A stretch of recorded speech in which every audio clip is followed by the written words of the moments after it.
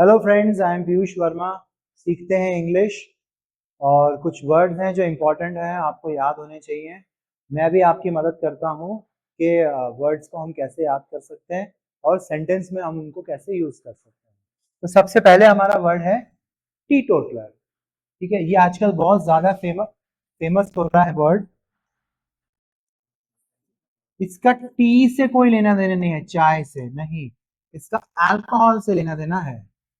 जो पर्सन किसी भी तरह की अल्कोहलिक बिवरेजेस से एब्सटेन करता है, टच भी नहीं करता है, ऐसे पर्सन को हम टी टोटलर कहते हैं। ठीक है। Next, cannibal. जो भी पर्सन ह्यूमन फ्लैश खाता है, ह्यूमन फ्लैश, ठीक है,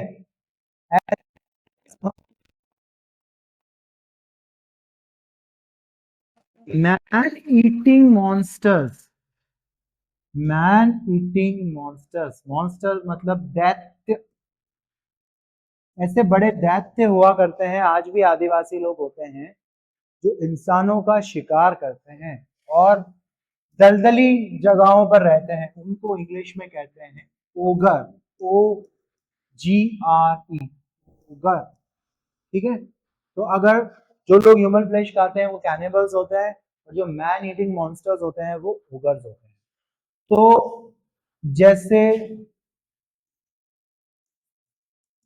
वेनिजन एक वर्ड आ गया, आपका होमवर्क रहेगा, डिक्शनरी खोलिए और पता लगाइए वेनिजन क्या होता है।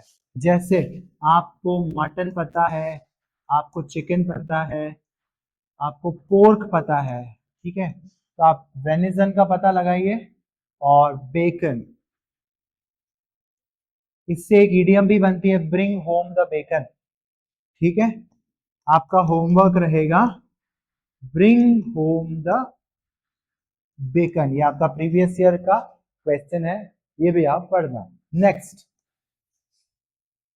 आइकोनोक्लास्ट। देखो, जो भी चीजें पहले के जमाने से चली आ रही है, कुछ रूढ़िवादी परंपराएं या कुछ भी, कि ये चीज तो ऐसे ही होती है। अब कोई पर्सन कहता है नहीं, मैं नहीं मानता, मैं तो ये जो चली आ रही चीज उसको नहीं मानूंगा, मैं तो ये करना है, अलग करना है, मेरा करना है। ठीक है, ऐसे पर्सन को हम कहेंगे iconoclast. A person who attacks और क्रिटिसाइजेस चेरिश्ड बिलीफ, यानी जिन बिलीफ को हर कोई पसंद करता है या हर कोई मानता है। और इंस्टीट्यूशन, इंस्टीट्यूशन का मतलब होता है प्रथाएं। यहाँ पर ये वो वाला कोचिंग इंस्टीट्यूशन नहीं है, ठीक है। प्रथाएं, जैसे मैरिज हमारे जिंदगी में एक प्रथा है, तो मैरिज इज एन इंस्टीट्यूशन। तो आइकोनोक्लास्ट वो होता है। तो आपको पता लगाना है आइडोलेट्री क्या होता है। आइकोनोक्लास्ट आपको पता चल गया, ये एक नाउन होता है, ये आपका होमवर्क रहेगा, आइडोलेट्री। नेक्स्ट, मिसैंथ्रोप, बहुत अच्छा शब्द है। जैसे अगर मैंने कहा फिल, इसका मतलब हो गया लव, ठीक है। और लव के लिए एक और वर्ड है एम। तो जहां ये आ रहा है वहां लव हो गया। जहां एंथ्रोप आ रहा है, एंथ्रोप या एंथ्रोपोस, तो समझ जाना मैनकाइंड, मानव जाति।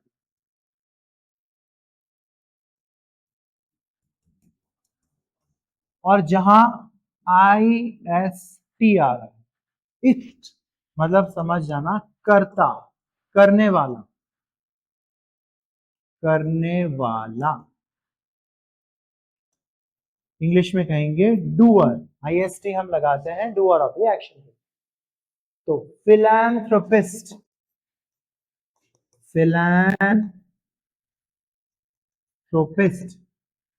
लव मानव जाति से करने वाला। तो ऑपोजिट क्या हो गया, मिस लगा दो, misanthrope, a person who hate and avoids other people, ये इसका ऑपोजिट हो गया। ठीक है। नेक्स्ट, ऑमनिसियंट। देखो, गॉड के लिए हम तीन चीजें यूज करते हैं।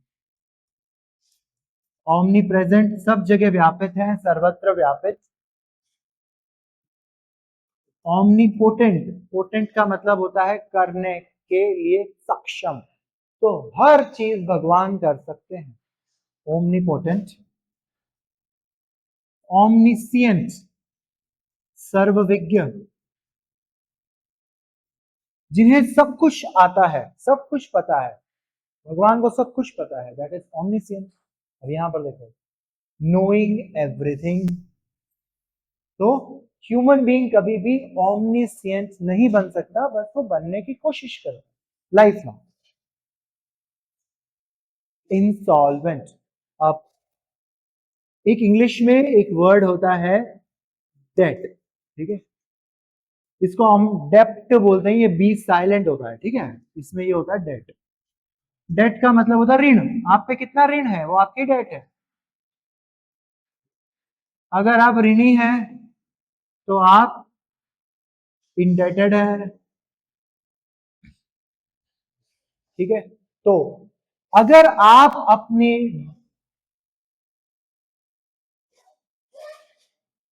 अगर आप अपना ऋण चुकाने में असमर्थ हैं,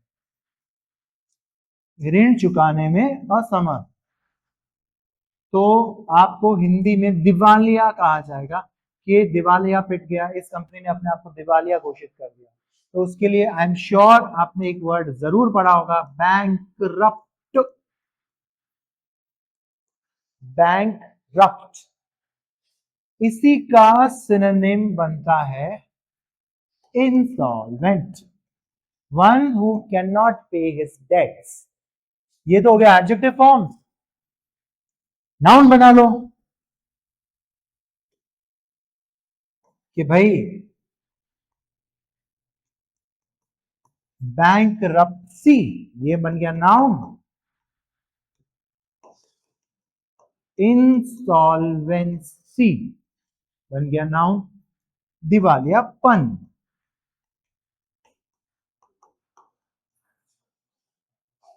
दिस। Next, anarchist. देखो, जो गवर्नमेंट या व्यवस्था बिगाड़ दे,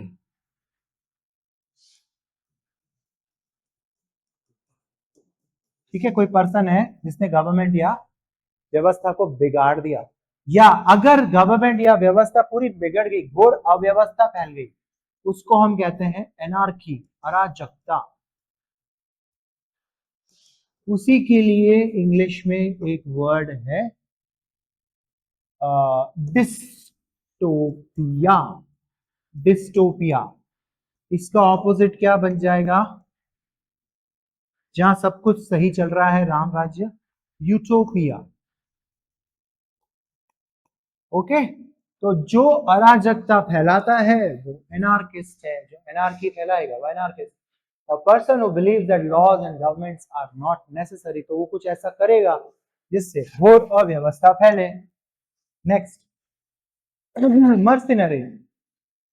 देखो, पहले के जमाने में क्या होता था कि होते थे, आपके लिए एक वर्ड दे रहा हूं,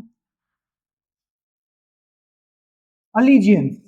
आप डिक्शनरी में चेक करना कि अलीजियंस क्या होता है। तो कुछ ऐसे सोल्जर्स होते थे जो किसी भी राजा या किसी भी देश के प्रति अपनी अलीजियंस को प्लेज नहीं करते थे। उन लोगों का ये सिस्टम था, भाई पैसे दे दो, तुम कहोगे तुम्हारे लिए, तुम्हारे साथ में लड़ लेंगे, वो पैसे देगा तो हम उसके साथ में लड़के तुम्हारे खिलाफ हो जाएंगे।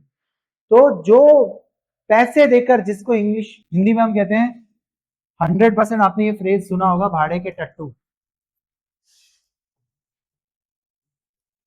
वो होते हैं mercenary. A soldier who fights for any country that pays them. Next, philatelist. दो होते हैं, एक फिलेटलिस्ट, ये मैं आपको बता रहा हूं, जो स्टैम्प्स कलेक्ट करते हैं, ठीक है, छापे कलेक्ट करते हैं। तो आपको मुझे ये बताना है या चेक करना है न्यूमिस्मेटिस्ट क्या हो। न्यूमिस क्या कलेक्ट करता है? नेक्स्ट एम्बीडेक्स्ट्रस में एक शब्द है दक्ष। दक्ष मतलब माहिर यानी निपुण।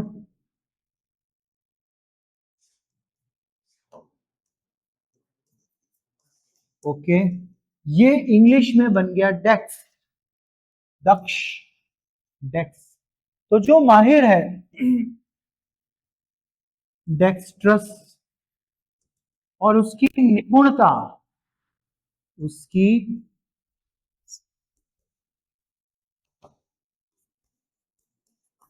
निपुणता वो बन गई उसकी डेक्सटेरिटी, यानी नाउन फॉर्म।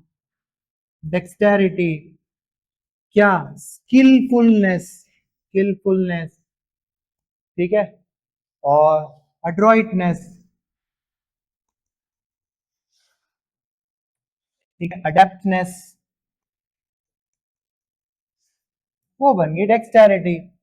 एमबी, एमबी आपको पता ही है, दो के लिए यूज करते हैं। एमबी मतलब दोनों। जैसे आपको कुछ वर्ड्स पता करने हैं घर पे आपके होमवर्क में, एम्बीवैलेंट क्या होता है, ठीक है। एम्बी वर्टेड क्या होता है, एम्बिगुअस क्या होता है, ठीक है। तो एम्बीडेक्स्ट्रस का मतलब हो गया जो राइट और लेफ्ट दोनों हाथों को इक्वली स्किलफुली यूज कर सकता है।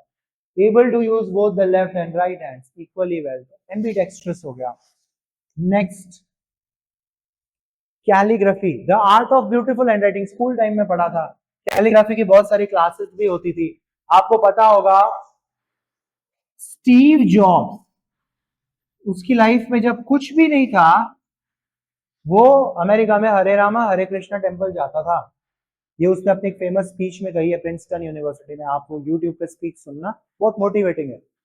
उससे ये बताया कि मैं, मेरी लाइफ में कुछ अच्छा नहीं हो रहा था, मैं बस कैलीग्राफी क्लासेस जाता था, मतलब ब्यूटीफुल हैंडराइटिंग, जैसे आपन कैसे लिखेंगे ऐसे अभय, लेकिन वो इसको और अच्छे से यूं यूं सजा के ऐसे ऐसे ऐसे करके। तो वो कहता था कि अगर मैंने उस कैलीग्राफी क्लासेस अटेंड नहीं की होती, तो एप्पल कंप्यूटर जब हमने लॉन्च किया तो उसमें जो टेक्स्ट के बहुत सारे फॉर्मेट्स, फॉन्ट्स जो हम चलाते हैं ना, वो मैं कभी नहीं कर सकता जो माइक्रोसॉफ्ट ने बाद में कॉपी कर ली। उसने क्लियरली ये चीज बताई है।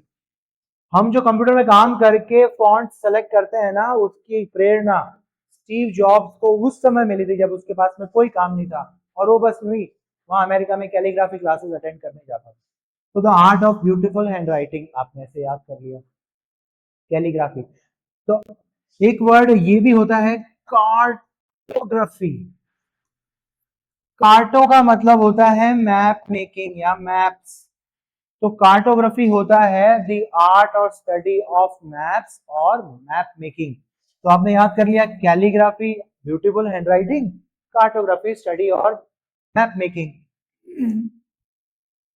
ग्रिगेरियस, देखो दो तरह के एनिमल्स होते हैं, एक होते हैं एनिमल्स लिविंग इन ग्रुप्स, और एक होते हैं एनिमल्स लिविंग अलोन। जैसे आपने टाइगर को कभी भी ग्रुप में नहीं देखा होगा, या लेपर्ड्स कभी भी ग्रुप में नहीं रहते, अकेला रहेगा। लेकिन लायंस हमेशा ग्रुप में रहते हैं, हाइनास हमेशा ग्रुप में रहते हैं, ठीक है। तो जो एनिमल्स हमेशा ग्रुप्स में रहते हैं, ऐसे एनिमल्स को हम कहते हैं ग्रिगेरियस। और जो एनिमल्स हमेशा अकेले रहते हैं, ऐसे एनिमल्स को हम कहते हैं solitary, solitary animals. The tiger is a solitary animal. The lion is a gregarious animal. तो जो पर्सन है जिसको दूसरे लोगों के साथ में रहना अच्छा लगता है, यानी कि वो व्यक्ति मिलनसार स्वभाव का होता है, ऐसे पर्सन को भी हम कहते हैं gregarious. Living groups tending to associate with others of one's kind, अपनी तरह के दूसरे लोगों के साथ में मिलता है। नॉस्टैल्जिया, पुरानी यादें, ये तो आपको पता होगा, पुरानी यादें इन जनरल जो हमें सेंटिमेंटल कर देती हैं, ऐसी पुरानी यादों को हम नॉस्टैल्जिया कहते हैं। और जब हम नॉस्टैल्जिया से भर जाते हैं तो हम कहते हैं यार आज मैं नॉस्टैल्जिक हो गया, नॉस्टैल्जिक। तो आपको क्या करना है घर पे होमवर्क में, नॉस्टैल्जिक मैंने आपको बता दिया। एक आप पता लगाना विस्टफुल किसे कहते हैं, WISTFUL, विस्टफुल। और एक आप पता लगाना विशफुल किसे कहते हैं। ठीक है, ये दो एडजेक्टिव्स आप घर में पढ़ना। Nostalgia, sentimental longing for a period in the past. एक वर्ड है लॉन्ग। अगर आप किसी चीज को पाने की इच्छा रखते हैं तो आप उसके प्रति लॉन्ग हो रहे हैं, यानी लॉन्ग कर रहे हैं। तो लॉन्ग का एक तो मतलब हो गया लंबा, यानी कि एडजेक्टिव। और यहां पर इसका सिनोनिम बनेगा long for something, yearn, YEARN, yearn. तो आपने याद कर लिया, to long for something, to yearn for something. Next हो गया सोमनैम्ब्यूलिस्ट। देखो इंग्लिश में एक रूट वर्ड होता है सोम्न, इसका मतलब होता है नींद। एक रूट वर्ड, इसका मतलब होता है चलना, IST, डूअर, नींद में चलने वाला, somnambulist, one who walks in sleep.